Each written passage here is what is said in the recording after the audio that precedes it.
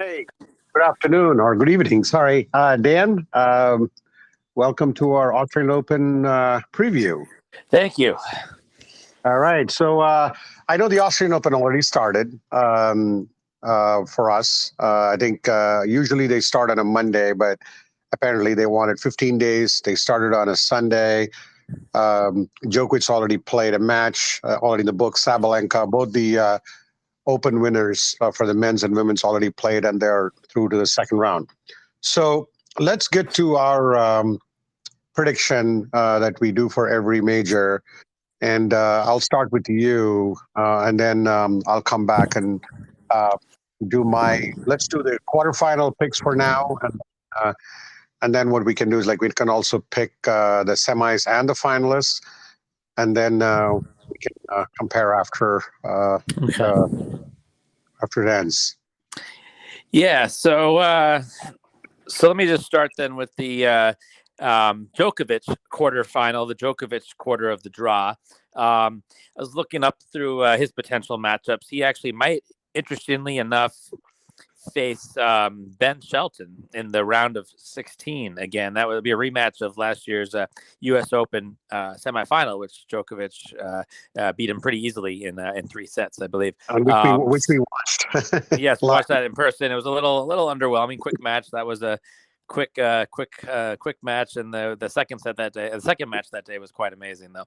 But anyways, back to the Australian Open. Yeah, so I see Djokovic beating Shelton again easily, setting up a potential quarterfinal matchup with either Tsitsipas or Taylor Fritz. Fritz, I looked up, he struggled in his first opening round. He went to 5 sets also, so I'm not sure how he's been playing, in the last few months.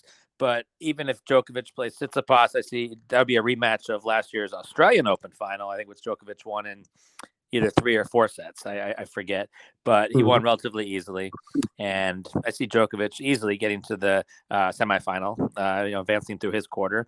Looking at the lower the lower half of the draw. This we'll call it the center quarter. I have Sinner getting through to the quarterfinals, beating either Tiafo or Kachanov to get to the quarterfinal. And his opponent I have as Demon Hour. I believe he's Australian, right? Is that correct? Right. So I have Sinner against Demon Hour. Demon Hour have beating Rublev in his round of And he's 16 cracked the top match. 10. He's cracked that top 10 as well. Yeah, he has now. He just beat, I think, Djokovic in a tune-up match at the Australian Open. I'm sorry, one of the Aussie tune-up tournaments. He just Demon Hour just beat Djokovic a few weeks ago. I think Djokovic's wrist was bothering him a little bit, apparently, in that match. So I would have Sinner against Demon Hour in that quarterfinal. We'll get, and then I have Sinner coming out of that bracket as well. So I have a Sinner Djokovic semifinal, and then on the other side of the bracket, we'll call it the Medvedev quarterfinal. I have Medvedev cruising to the quarterfinal, beating Dimitrov in the fourth round, setting up a matchup in the quarterfinal against either Rune or Herkaz. I took Herkaz over Mhm. there. And then I have Medvedev beating Herkaz, though I think Medvedev will just be too much. So we'll have Medvedev getting through his quarterfinal. And then in the Alcaraz quarterfinal, I have a Alcaraz Paul round of 16 matchup and Alcaraz prevailing there. And then Zverev against Rude. I think Zverev I have prevailing there. Mhm. And then I have Alcaraz going through. I just hard to pick against him. So basically, all chalk in the really going to the semifinals: Alcaraz, Medvedev, Djokovic, Sinner. And I'll leave it at that. Let you do your predictions, then Mhm. we can talk about our semifinal predictions. Yeah. Before I go into my prediction, just wanted to do a couple of things, right? So we already know Djokovic is the current Australian Open champion. He could be going for his unprecedented 11th Australian Open, and also going for his 25th. Um, and he's won the last 4 out of 5, and the only one he didn't win was when Nadal won during the COVID year, that where he was banned and was a lot of drama to it. So coming back to the Djokovic bracket. Um, when you look at it, he had a very tough first round, but so he did say that he was playing somebody who was like a mirror of himself. And Yeah. in the Djokovic bracket, It's a pretty easy bracket for him, except, like you said, there's Ben Shelton and then Tsitsipas and Taylor Fritz. These are the um, top players who he could potentially face. Um, to me, I think he's got a lot of motivation. And Tsitsipas, I mean, he was supposed to start with Berrettini, but looks like Tsitsipas will go through the second round because Berrettini just withdrew. And Taylor Fritz has potential to do some damage. And then I do feel that Tsitsipas is going to get through, uh, and uh, and it's going to be a Djokovic and a Tsitsipas quarterfinal in that quarter. Second quarter, like you said, it's a Sinner quarter. Good players in that quarter as well. You have Rublev, you have Alex de Minaur, Karen Khachanov, Tiafoe too. I did watch Tiafoe this morning. Impressive win, 4 sets. Took him a while, and I think Tiafoe is like, I definitely think this could be Tiafoe slowly making his run into the Australian Open. Sinner has been the only player to beat Djokovic twice last year, which is unbelievable. Like, I do know that Rublev has been playing well. Rublev just had a scare. I mean, he just won in 5 sets in a fifth set tiebreaker, 10-6, against. I think I should see that, but Wolf, I think Wolf or Serbit, I don't. But anyway, I mean, Rublev has been playing well. He could pass, cross paths with Korda, but I like your pick with de Minaur. I think I did see some predictions as well, but I may go with Sinner and Tiafoe in that bracket, and then going to Medvedev bracket. I do think that Medvedev has Rune and Hercogs, like you said. I think those are the only two ones. I think I did see Felix Auger is also there, and the first round matchup he has is with Dominic Thiem, so that's going to be very interesting. But I don't see any. I mean, Medvedev has already lost 2 Australian Opens. Let's see if it's third time a charm for him. He's already been. Let's see if he can get there, right? But I think he does have to face Holger Rune, one of Carlos's good buddies from junior years. I think Holger Rune has a pretty easy path. And I do think that it's going to be a Holger versus Medvedev there. And finally, coming to the Alcaraz draw, Alcaraz does have a very stronger play. He has stronger players in his draw. Zverev, Casper, Tommy Paul, Cameron Norrie, a lot of the good players there. And incidentally, Alcaraz has never made past the third round in the Australian Open, which is kind of weird. But he's not been playing well, meaning that he's up and down, not the dominant force he once was. But he will start against veteran, Richard Gasquet from France, who's outside of the top 100. So I do think he could get past him easily. But Tommy Paul could be there to face him in the fourth round.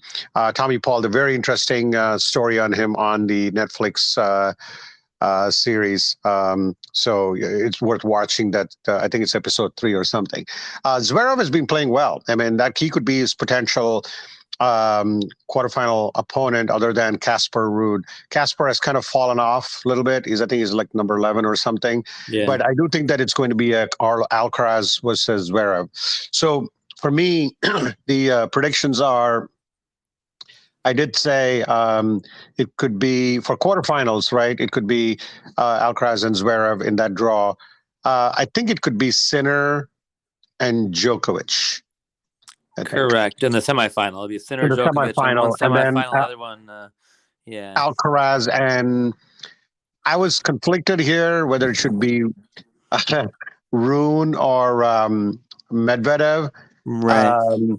I was conflicted there, but I'm going to go out of the limb and I'm going to pick Rune there. Rune. Okay. And then my final prediction is Novak versus Alcaraz. And we will leave it at that, I think. Okay. Yeah. So I think I'll shake things up a little bit. You'll be surprised. I'm gonna I'm gonna go against my favorite player of all time. I think, unfortunately, here I'm gonna pick Sinner with the big upset. I think I don't know. I don't know the extent of that injury that when Djokovic lost a few weeks ago to Demon Hour. I don't know if they. I didn't read the much wrist about it. injury. His wrist. They said a little bit his wrist was bothering him in that match where he lost to Demon Hour. So I don't know. I think the grind of a 2-week major, if he has any small wrist thing going on, that's only going to make it worse. I'm a little nervous about that. And then just like you said, Sinner's track record of beating Djokovic twice last year. He's not afraid of him. He's played him enough now. He certainly knows how to beat him. So I think more just because of the wear and tear on Djokovic's wrist and body a little bit, I'm going to go Sinner there versus Alcaraz. And I'm going to take Sinner over Alcaraz in the final. I'm going to go out. I mean, I Sinner's number too much. Yeah. I think he's 3 or 4. Yeah. I think this might be Sinner's first major. Remember, there was a great Sinner Alcaraz U.S. Open match, I think 2 years ago on the round of 16, right? Or round of, and I think Sinner had a few match points. It was like one of those matches till 2 a.m, weekday match. Sinner had a few match points. That was the year Alcaraz won, actually. Yeah. So yeah, I'm gonna go out on a little bit of a limb, shake things up a little bit just for the heck of it. Pains me to pick against my my guy Djokovic, but I think he's gonna win the Wimbledon and U.S. Open this year and end the year with 26 titles. That's my prediction as we start the year. But this won't be his tournament for a change, I don't think, unfortunately.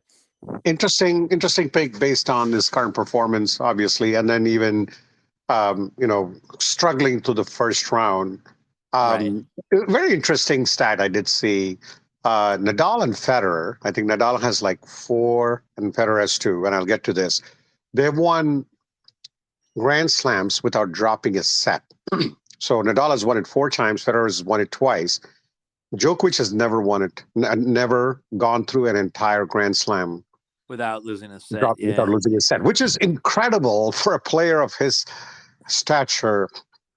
Just almost being called a GOAT, right? I mean, I have a feeling that it could be because he's such a grinder. I think he just doesn't blow opponents. He kind of paces himself throughout. And that could be part of it. Yeah, but think about how many matches we've seen with Djokovic, where I've seen a lot over the years, where he drops that first set against a lot of these unranked opponents, where he's like a great prize fighter, boxer, just kind of filling out his opponent, kind of sizing him up, I think, in that first set, and then he just kind of figures it out, and then he strategizes, he knows how to then attack his opponent the next 3 sets in a row. He'll just drill him. So we've seen that quite a bit, but that is surprising that he hasn't. You're right, ever swept a tournament.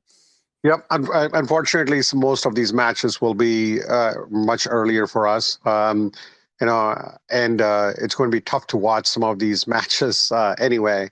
But I do think that, you picked Djokovic. For my prediction, I did go with Djokovic. I know you took Sinner, but I'm saying Sinner for over mine, Alcaraz.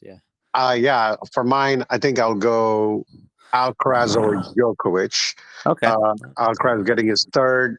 Obviously, he has to get through the third round, which he's never got past. But I think he's beatable. There are other players who have shown that Alcaraz is beatable, and he has like some tough draws ahead of him. But I'm going to stick with Alcaraz, and I'm a little surprised you're sticking with Sinner. But you know what? Either way, we're going to go look for a good Australian Open, and I'll be doing some recaps. And maybe what we can do is that sometime next week we can assess our where we start with our where we can assess our quarterfinal picks, and then that's a good plan. Yeah. So, all right. This was interesting. Interesting pick. I didn't expect from you, but and right now I think you're going to go and watch your Rams. We're 5 minutes late for the Rams game. So all right. Until next week. Good night. All right. Until next week. Good night.